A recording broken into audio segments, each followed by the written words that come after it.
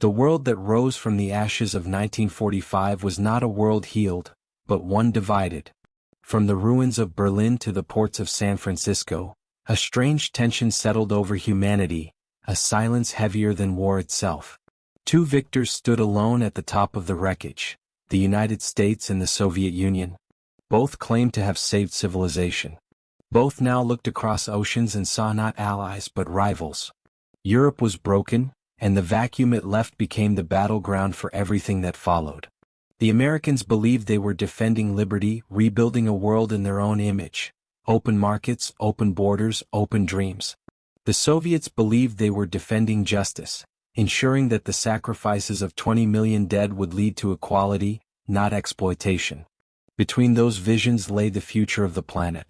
It did not take long for the lines to harden. The Iron Curtain fell across Europe. Berlin was carved like a wound, half blue, half red. Propaganda replaced diplomacy. The nuclear age began, and with it came a new kind of warfare, psychological, cultural, symbolic. Guns could not be fired, so nations competed in every other form imaginable: space, science, art, and sport. To the ordinary citizen, the Olympics were still a celebration of peace. But to governments, they had become a stage on which ideology could be measured in seconds and centimeters. A gold medal was no longer a personal triumph. It was proof that one system produced superior human beings. The United States entered the post-war years confident in its athletic dominance. American universities were fountains of talent. Their athletes trained freely without state control, nurtured by a culture that celebrated individual excellence. When they won, they smiled, they thanked God, and they waved the flag of democracy. In the East, Stalin watched carefully. The Soviet Union had sacrificed more than any other nation to defeat Nazi Germany. Now it demanded recognition, not through speeches or treaties but through visible superiority. Stalin understood that medals could be as powerful as missiles. Each victory was a message to the working class of the world: see what socialism creates. Throughout the late 1940s, the Soviet government began constructing its sports empire. Entire academies were founded, hidden behind barbed wire and secrecy, to produce athletes like weapons. Coaches became engineers of the body, designing training programs rooted in science, discipline, and ideology. Every champion was expected to serve as a model of the Soviet citizen: obedient, strong, tireless, selfless. Failure was not personal, it was political. The Western press knew little of these preparations. To them, the USSR was still an enigma, a land of parades and silence. The Cold War's first years were defined by mutual suspicion, and that suspicion seeped into the realm of sport long before the two sides ever met in competition.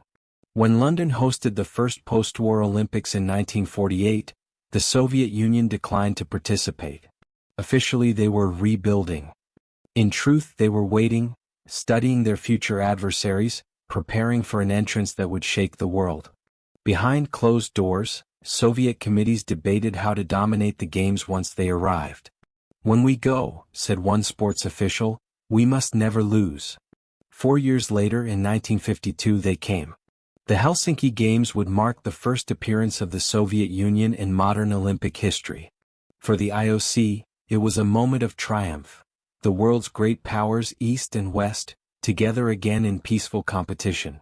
But beneath the smiles and the speeches, everyone knew what was at stake. The Americans arrived with confidence.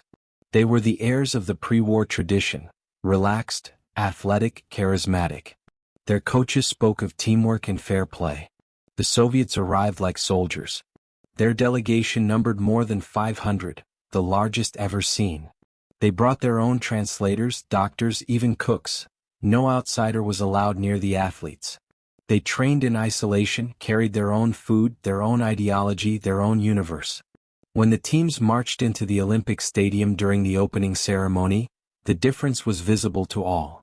The Americans waved and smiled, tossing baseball caps to the crowd. The Soviets marched in formation, eyes fixed ahead, movements perfectly synchronized. To one side stood democracy, to the other, discipline. Between them stood history. Once the competitions began, the rivalry ignited. Every event, boxing, gymnastics, track and field, became a proxy for political supremacy. Newspapers described it like a war fought without bullets. When an American sprinter faces a Russian, wrote one columnist, freedom races against communism. And freedom did not always win. The Soviet athletes were extraordinary, strong, relentless, and meticulously trained. In Helsinki they captured gold in weightlifting, wrestling, and gymnastics. They seemed built from iron, embodiments of their homeland's endurance. The Americans still dominated swimming and track, their natural arenas, but for the first time in history they could feel another empire breathing down their neck. By the end of the Games, the final medal tally stunned the world. The United States had won 40 golds. The Soviet Union, its first appearance ever, had won 22. It was a statement written not in words but in numbers. The communist system could compete with the capitalist one on equal footing. In Moscow the celebration was immense. Stalin himself, frail and nearing death, was briefed on every victory. Soviet propaganda posters filled the streets. Women gymnasts soaring through the air under the Red Star, wrestlers grappling under slogans that read, "The people's strength is the nation's pride." The USSR had entered the Olympics not as a guest but as a power. In Washington the mood was mixed. There was pride but also unease. For decades, the United States had used its athletic dominance as proof of its moral and cultural superiority. Now that dominance was under threat. A new front in the Cold War had opened, and it was one that could not be fought with tanks. The athletes themselves, those who stood on the tracks and fields, were often the least ideological. Many had exchanged words and smiles with their supposed enemies. A Soviet discus thrower and an American shot putter had shared coffee in the Olympic Village, laughing over the universal ache of muscles and nerves. But when they returned home, those friendships vanished behind borders of propaganda. Each was portrayed as a warrior who had humiliated the enemy. The human story disappeared beneath the weight of politics. As the Helsinki Games closed, one journalist wrote, "These Olympics were not about sport. They were about the future of mankind." He was not wrong. The Cold War had found its perfect theater, clean, controlled, and televised. A battlefield where bullets were replaced by medals, where ideology could be wrapped in the innocence of play. It was a competition no one could stop because both sides needed it. For the United States, victory meant moral leadership. For the Soviet Union, victory meant proof of progress. For both, defeat was unthinkable. And so, as the athletes left Finland under the northern sun, the next chapter was already being written. Coaches began drafting new programs. Governments increased funding. Intelligence agencies began to take interest in the physiological secrets of sport. The Olympic ideal, born in peace, was now enlisted in a war that would last half a century. The world had changed. The arena had become a battlefield, and the crowd did not yet understand that the most important contest of the modern age had already begun. When Joseph Stalin died in 1953, the Soviet Union did not relax its grip on sport. If anything, it tightened. Power changed hands, the fears softened slightly, but the mission remained. The arena was the front line of ideology.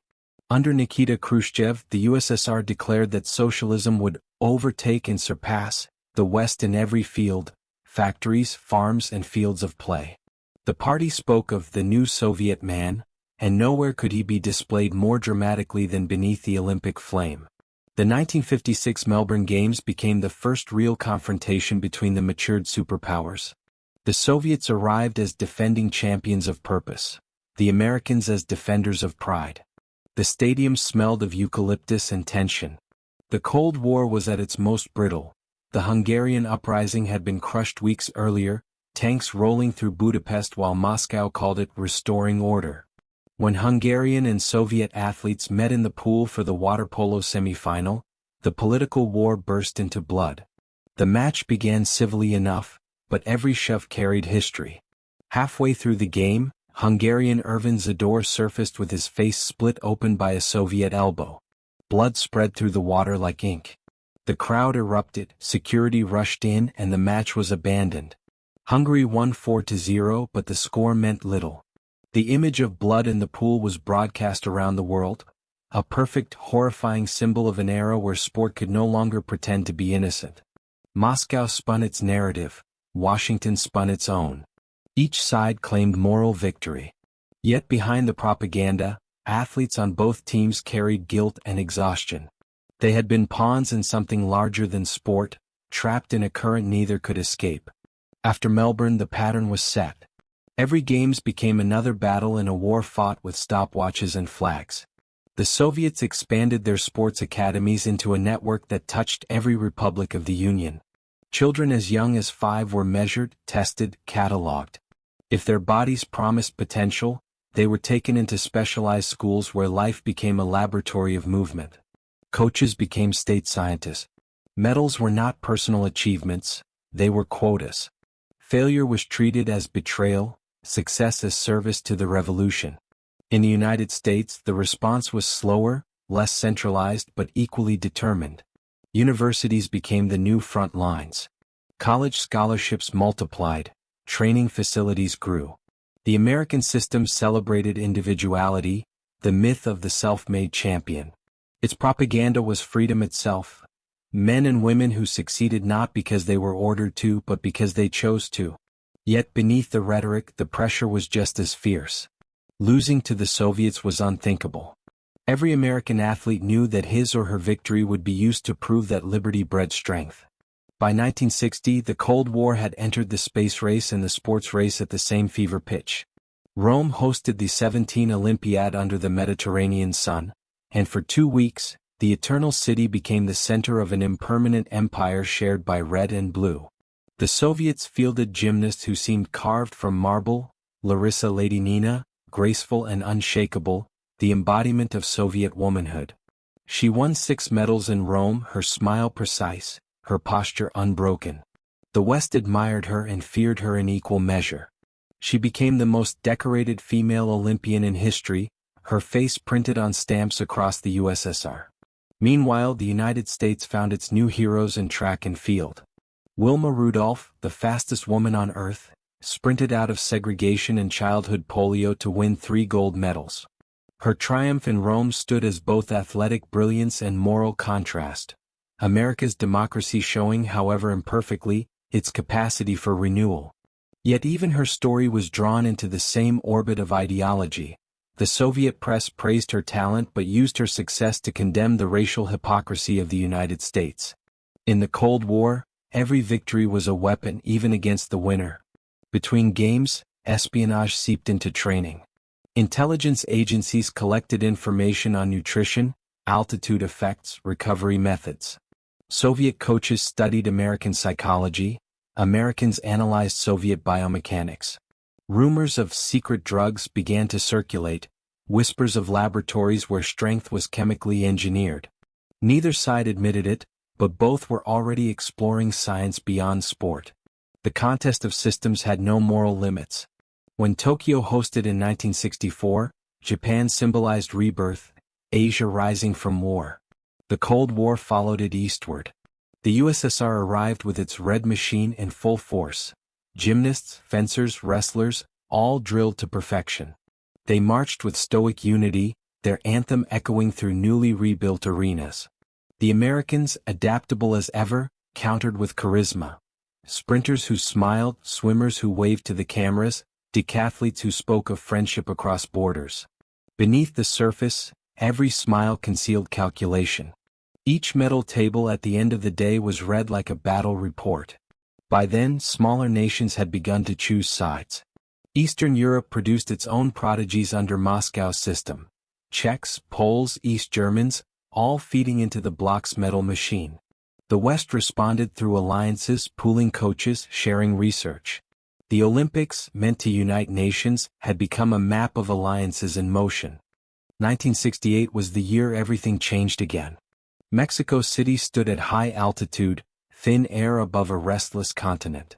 The world beyond the stadium was burning: Vietnam, Prague, Paris, Detroit. Youth rebellion challenged both East and West. Inside the Olympic Village, the tension of global unrest met the discipline of the Games, and something unprecedented happened. Athletes themselves began to speak.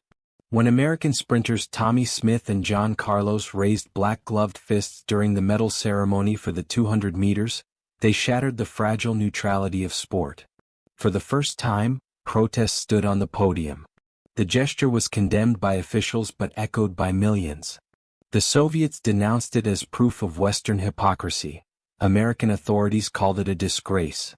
Yet history would see it as courage. The Cold War Olympics had produced not only soldiers of ideology but rebels of conscience. That same year, behind the Iron Curtain, another rebellion rose, Czechoslovakia's Prague Spring, crushed by Soviet tanks while their athletes trained for Mexico. When those Czechoslovak gymnasts competed under the flag of the same nation that had invaded them, the hypocrisy was unbearable. The Olympics had become a mirror where every ideal reflected its opposite. By the end of the 1960s, the scoreboard of the world was balanced on a knife edge. The United States and the Soviet Union traded first place like a pendulum. One year red, the next blue. Every child in both empires grew up knowing the numbers by heart. It was no longer sport, it was national theology. The athletes aged, retired, or defected. Some escaped the East during overseas competitions, seeking freedom. Others, caught trying, vanished into silence. Each defection was a story of its own. A gymnast hiding in a friend's car, a fencer running across a runway at night, a weightlifter slipping into a Western embassy. The Western press portrayed them as brave souls fleeing tyranny.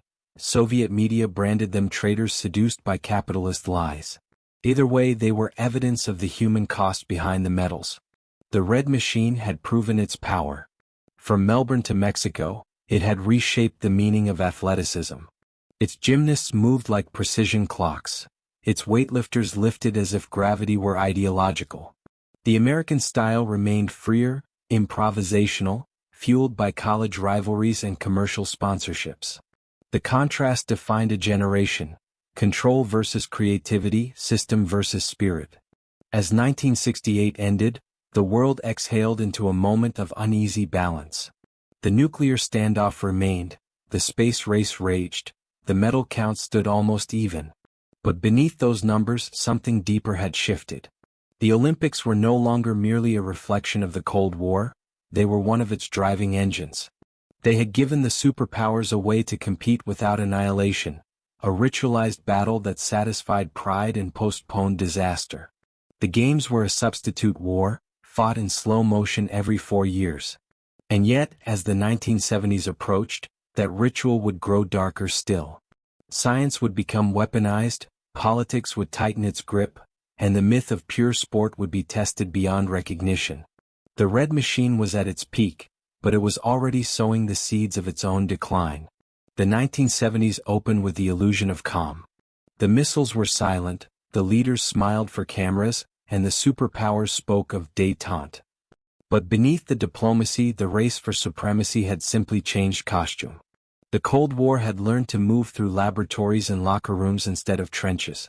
It was no longer about survival, it was about appearance. Each side wanted to look immortal. By 1972, that illusion shimmered like gold under the Bavarian sun. Munich was meant to be the Games of Peace, a gentle contrast to the grim militarism of Berlin 1936. West Germany had rebuilt itself from rubble and wanted to show the world a new face: democratic, cultured, humane. For once, the Olympics seemed ready to return to innocence. They never would. The Americans arrived confident, the Soviets colder and more professional than ever, and both sides soon felt the pressure of something larger than sport. Every photograph, every race, every handshake was analyzed for meaning. In this tension, perfection looked beautiful and impossible. Then, before dawn on the 5th of September, that illusion was broken forever. A group of armed men from the Palestinian organization Black September scaled the fence of the Olympic Village and took 11 Israeli athletes hostage. The crisis unfolded in real time. Television cables carried the images of masked faces and police snipers to millions. For 20 hours the world watched, helpless, until gunfire tore through the darkness at a nearby airfield. The hostages were killed. The terrorists were killed. The police were killed. The games were stained with blood. The Munich massacre changed everything. It revealed that even this most symbolic space of peace could be invaded by the violence of history. For the superpowers, the tragedy became another mirror of ideology. The United States mourned publicly and called for strength. The Soviet Union blamed Western chaos and imperial hypocrisy. Once again, grief became propaganda. When the Games resumed after a single day of silence, many athletes competed through tears. Among them was an American swimmer, Mark Spitz, who had already won 7 gold medals before being rushed out of Germany under armed guard because he was Jewish. His victories were rewritten by the shadow of the massacre. The medals shone, but the light felt wrong. Even triumph now carried mourning. In gymnastics, the Soviet Union continued its quiet revolution. Olga Korbut, the sparrow from Minsk, smiled shyly as she performed moves no one had seen before, backflips on the uneven bars, acrobatics that defied imagination. She became a symbol of innocence amid tragedy, the face of the USSR that the Kremlin wanted the world to love. Millions did. For the first time, a Soviet athlete was adored in the West not as an enemy but as a miracle. Yet her fame also revealed the system's cruelty, the pressure, the control, the manipulation of youth in service of image. Behind every performance lay exhaustion and fear. By the end of Munich, both superpowers had learned the same lesson. Perfection was powerful and perfection could be engineered. Science replaced training, chemistry replaced willpower. Laboratories in Moscow, East Berlin, and Washington hummed with secret research. Muscles were measured, hormones manipulated, diets regulated to the molecule. Sport was now a branch of the arms race. 4 years later, Montreal carried the illusion to its peak. The stadiums gleamed white, the maple leaf fluttered in the summer wind, and the East German anthem played again and again as women with impossible strength and shoulders of iron crushed records that would stand for decades. Their faces were young, their voices deepened by steroids they did not know they were taking. Coaches called it vitamins. The state called it science. The world called it glory. In that same summer, a 14-year-old Romanian named Nadia Comaneci floated across the balance beam and landed history's first perfect 10. The scoreboard froze, incapable of displaying 2 digits before the decimal. The crowd gasped, then roared. She was tiny, expressionless, perfect. Exactly what the system demanded.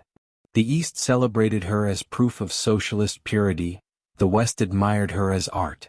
Behind her quiet face stood the brutal coaching of Bela Karolyi and the invisible hand of politics that had sculpted a child into an idol. Perfection had become propaganda. The United States tried to respond with charisma. Bruce Jenner's decathlon gold, the smiling embodiment of self-made heroism. Sugar Ray Leonard's quicksilver boxing.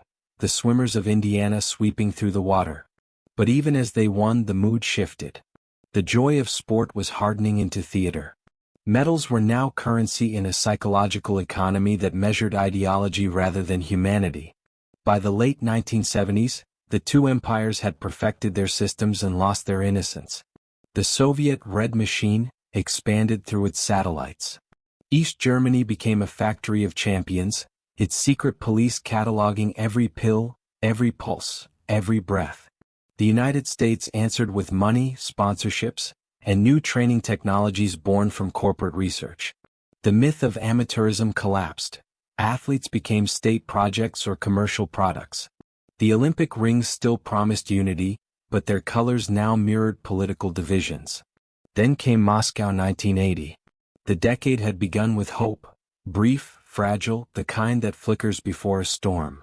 In December 1979, Soviet tanks rolled into Afghanistan, and the fragile peace between East and West shattered. President Jimmy Carter, under pressure at home and abroad, demanded the ultimate retaliation, a boycott of the Moscow Games. It was the first time the Olympics themselves became a direct casualty of war. For the athletes who had trained their entire lives, the decision felt like betrayal. 4 years of sweat and sacrifice erased by politics. Some protested, others obeyed.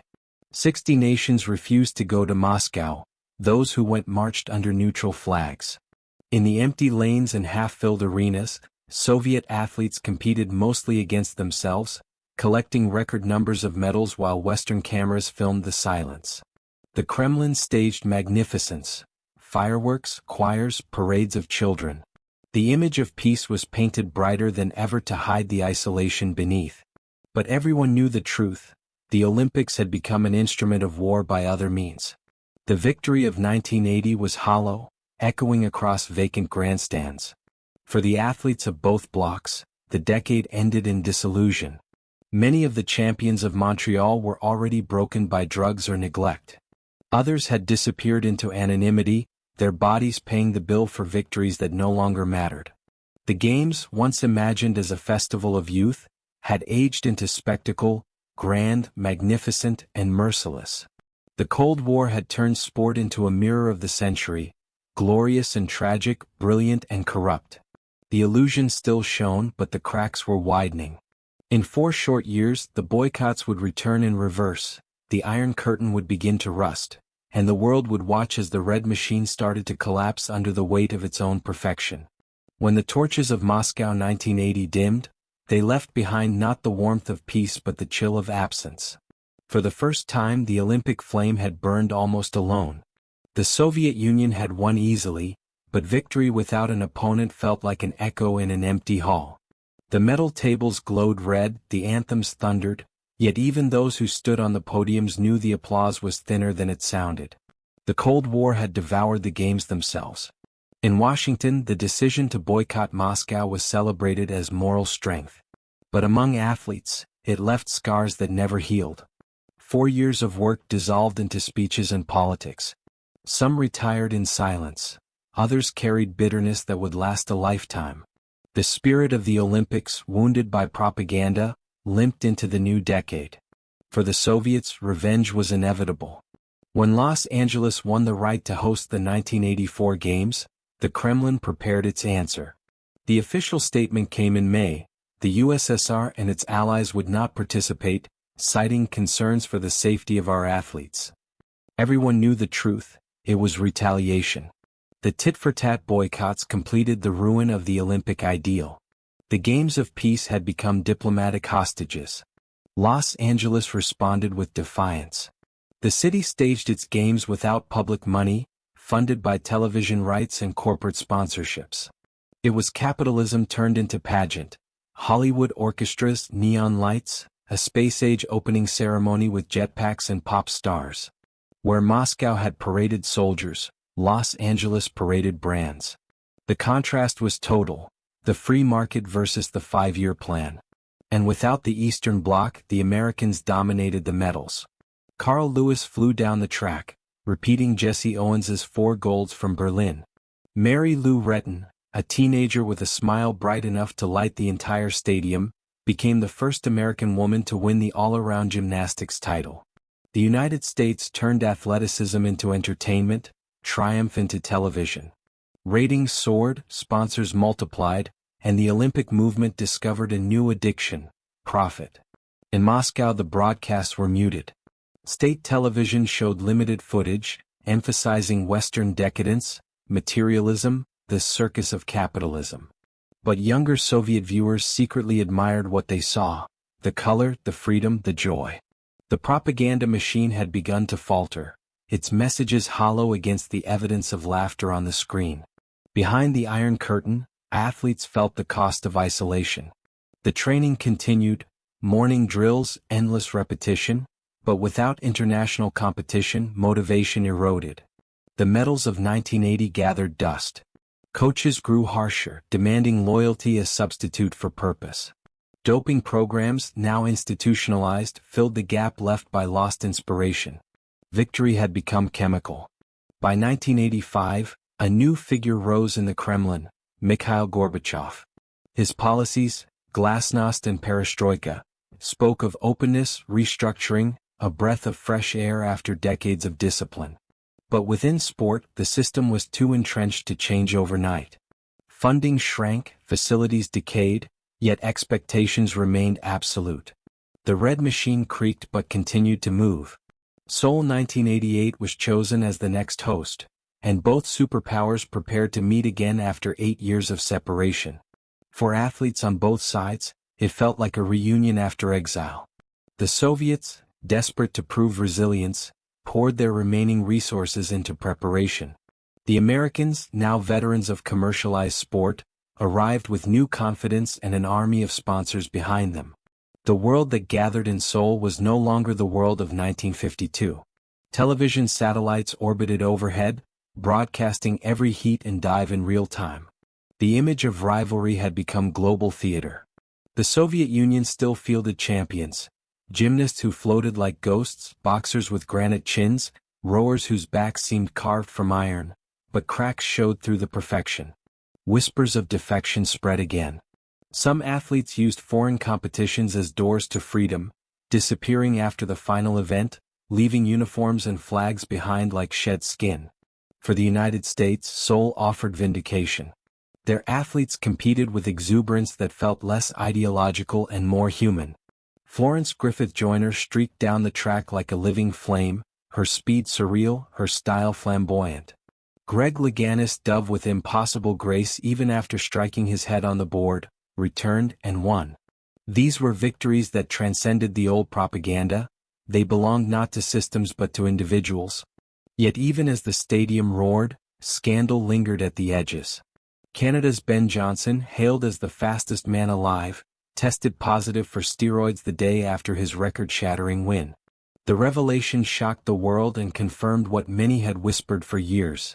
The pursuit of dominance had corrupted everyone. Doping was no longer an Eastern secret. It was a global epidemic. The dream of pure competition had been buried under chemistry. In the Soviet camp, similar secrets festered but remained hidden. State doctors adjusted dosages, destroyed evidence, rewrote medical records. Glory had become a clinical equation. Even as the USSR topped the medal table in Seoul, the victory felt brittle, haunted by rumors and by the exhaustion of a system approaching its end. Outside the stadiums, change was accelerating. Eastern Europe trembled with unrest, economies faltered, walls cracked. In Moscow, Gorbachev spoke of reform while bureaucrats clung to old certainties. The propaganda posters of smiling athletes looked like relics from another century. The people had new concerns: food, freedom, the future. The age of total control was ending, and with it, the empire of medals. By the time the Olympic flame was extinguished in Seoul, something irreversible had shifted. The Cold War was dying, and the games that had mirrored it for 40 years were left without their defining conflict. The athletes marched together in the closing ceremony, east beside west, waving flags of nations that would soon cease to exist. For a moment it looked like peace. For a moment, the dream seemed possible again. But history rarely ends neatly. The decade ahead would bring collapse, reunification, and revelation. Files would open, secrets spill, champions fade. The metals of the Cold War would tarnish into evidence. And yet, from that decay, something new would grow. A different kind of strength, born not from ideology but from the simple human desire to run faster, jump higher, and breathe freely. The last years of the Cold War felt like the slow uncoiling of a spring that had been wound too tight for too long.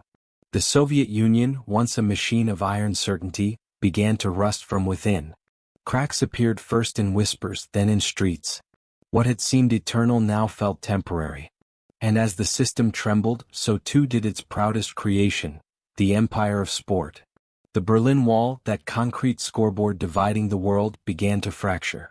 At first it was only rumors, border guards looking the other way, young East Germans testing the edges of freedom. Then in November 1989 the wall fell. The images raced across television screens, hammers striking stone, families climbing over barbed wire, strangers embracing under floodlights. It was more than a political moment, it was the end of a century's duel.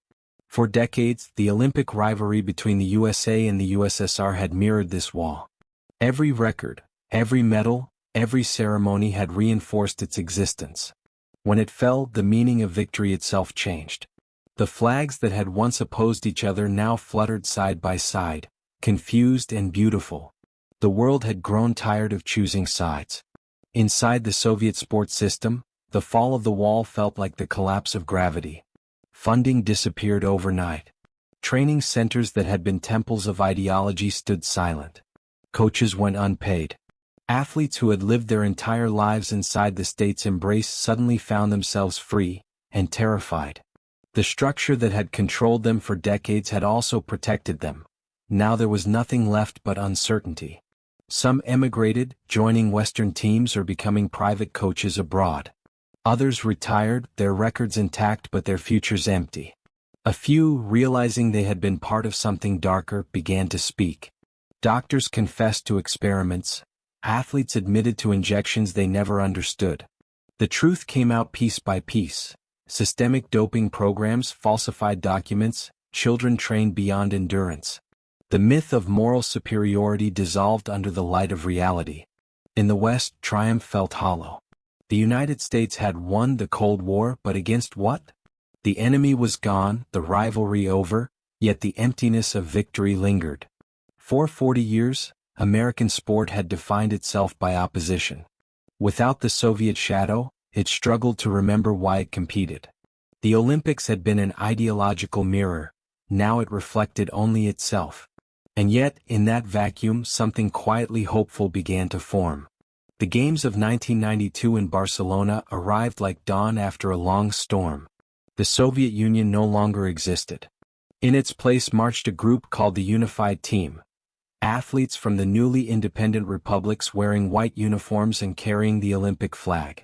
They entered the stadium not as enemies but as survivors. For the first time in half a century, the world saw them not as representatives of an ideology, but as people. The Americans cheered them. Old rivals shook hands. On the podiums, former foes stood side by side, their anthems replaced by Beethoven's Ode to Joy. The symbolism was overwhelming. The Cold War, once fought in every muscle and heartbeat, had melted into history.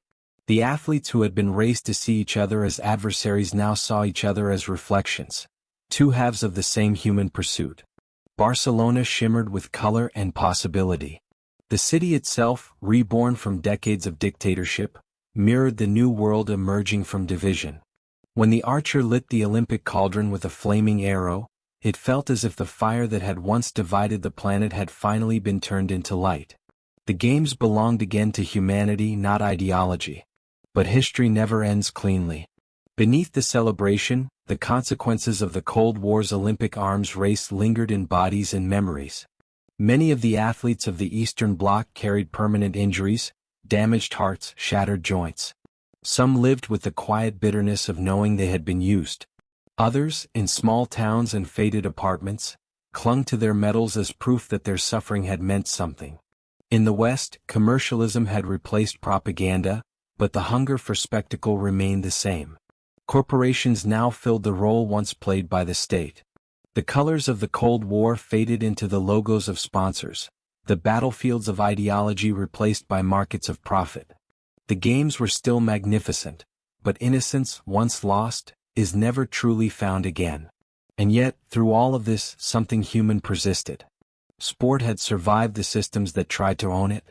The runners still ran, the swimmers still dove, the gymnasts still soared. The flags changed, the borders shifted, but the movement endured. The ancient rhythm of competition, the need to measure oneself against the impossible. Looking back, it is hard to say who truly won the Cold War Olympics. The United States ended with more medals overall, but the Soviet Union had achieved something more profound. It had forced the world to take sport seriously as culture, as science, as identity. Together they had reshaped the games into the global phenomenon they are today, both a triumph and a warning. The price of that triumph was high. Thousands of young lives bent to ideology, entire generations taught that victory was the only virtue, the human spirit used as ammunition in a war of symbols. But perhaps, without that intensity, the world would never have learned how powerful sport could be, how a single race, a single jump, a single gesture could define an era. When the Soviet flag was lowered for the last time, it did not feel like the end of an enemy. It felt like the closing of a story too vast for heroes and villains. The Cold War Olympics had begun as a contest of systems and ended as a story of people, brilliant, flawed, extraordinary people who carried the hopes of nations heavier than gold. Today the medal tables remain carved into history books. But the true legacy lies elsewhere, in the quiet moments after the anthem, when the cameras fade and the athletes, stripped of flags and politics, become only human again. Because in the end, that is what remains when empires fall. The simple, undefeated will to move forward, to strive, to compete, to dream. The Cold War ended, but the Olympic flame burned on. Proof that even the fiercest rivalries can give birth not only to division but to greatness. For nearly half a century, the Olympics were the stage upon which two superpowers performed their struggle for the soul of the world. They turned games into geopolitics, athletes into soldiers, victory into ideology. But when the smoke cleared, the medals lost their weight and the systems that produced them collapsed into memory. What remained were stories, of courage, of betrayal, of pride and pain. Stories that outlived the banners that inspired them. Stories that proved one eternal truth. No matter who claims it, the human spirit belongs to no empire. The stadiums are silent now. The flags have changed. The rivals are gone. But somewhere in a track bathed in morning light, a young athlete ties their shoes, takes a breath and begins to run. And in that motion the Cold War never truly ended. It transformed, as all history does, into memory.